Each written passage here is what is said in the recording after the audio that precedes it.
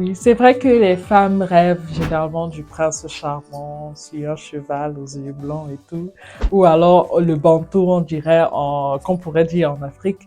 Mais je crois que chacun a sa définition du partenaire idéal. Je suis Nicole Camia, je réside en Allemagne. Je suis également l'auteur du livre à succès et best-seller Le choix du conjoint, des conseils pratiques pour une décision éclairée.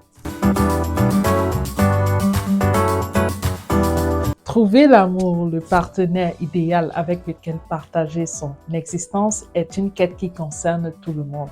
Il est donc important d'aborder ce processus du choix du conjoint avec beaucoup de clarté et de sagesse, car cette décision impacte énormément l'avenir d'un individu.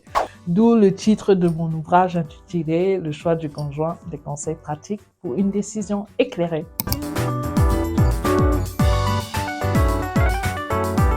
Cet ouvrage, le premier d'une série, parce que je compte écrire d'autres, m'a été inspiré par Dieu au travers d'une histoire personnelle.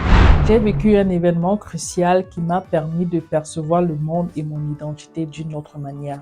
J'ai vécu cette situation comme une sorte de nouvelle naissance. J'ai pris conscience de ma valeur réelle et je me suis rendu compte que ma présence dans ce monde n'est pas que pour être une femme au foyer, mais également pour impacter la société. On n'en parle pas souvent, mais je pense que les femmes célibataires en âge de se marier subissent une énorme pression familiale et sociale. On pose généralement les questions à ces femmes du genre « ton âge avance, il n'y a personne dans ta vie, il faut déjà faire un enfant en attendant le mariage ». C'est presque devenu un crime d'être célibataire. On accuse ces femmes de vivre une vie de vagabondage ou alors de tout simplement pas assumer leur orientation sexuelle.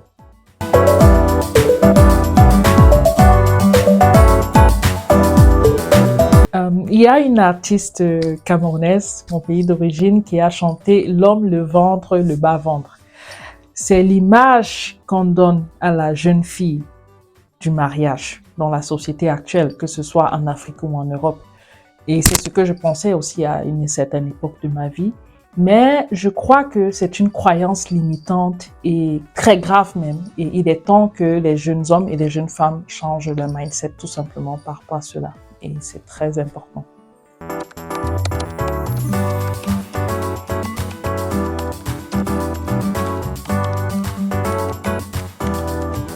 C'est vrai que les femmes rêvent généralement du prince charmant sur un cheval aux yeux blancs et tout, ou alors le bantou, on dirait, qu'on pourrait dire en Afrique.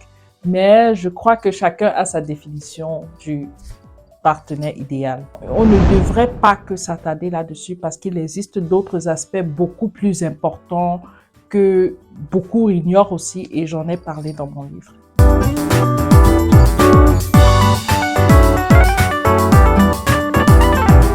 Alors déjà, le livre n'est pas que pour les femmes, je l'ai également dédié aux hommes. Et mes lecteurs et mes lectrices m'ont fait des retours plutôt très satisfaisants par rapport au livre. Ils ont trouvé les conseils utiles. Le livre a permis à certains d'ouvrir les yeux sur certains aspects du mariage, la préparation du mariage. Et pour d'autres, il leur a permis d'ouvrir les yeux sur l'état de leur relation et aussi à poser davantage de questions à leur partenaire. Et cela me réjouit énormément.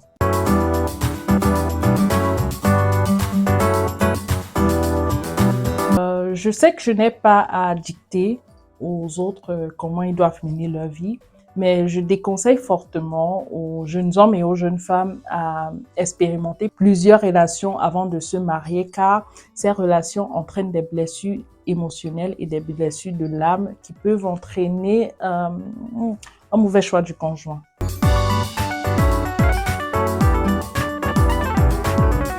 Mieux vaut être seul que mal accompagné. Je pense que ceci est valable dans tous les domaines de la vie, pas qu'en amour. Et assurément, il y a plus d'avantages à vivre un célibat épanoui, seul, dans le but de se préparer au mariage. Et cette période doit être utilisée judicieusement.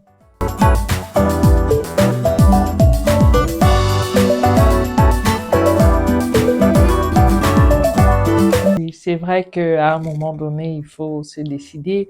Je dirais que tout d'abord, qu'il faut avoir une vision claire de ce qu'on veut accomplir dans son couple, dans sa relation, mais également pendant la période de fiançailles, il faut faire attention au drapeau rouge. J'en ai également parlé dans mon livre. Le mariage est une institution divine et je me suis rendu compte à travers mes observations que cet aspect divin-là est de plus en plus bafoué par la jeunesse et il est temps qu'on apprenne à faire les choses selon les règles de l'art.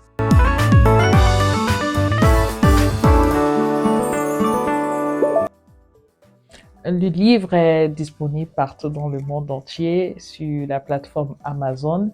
Pour ceux qui sont en Afrique, un numéro vous sera communiqué et ce sera un plaisir pour moi de vous le dédicacer.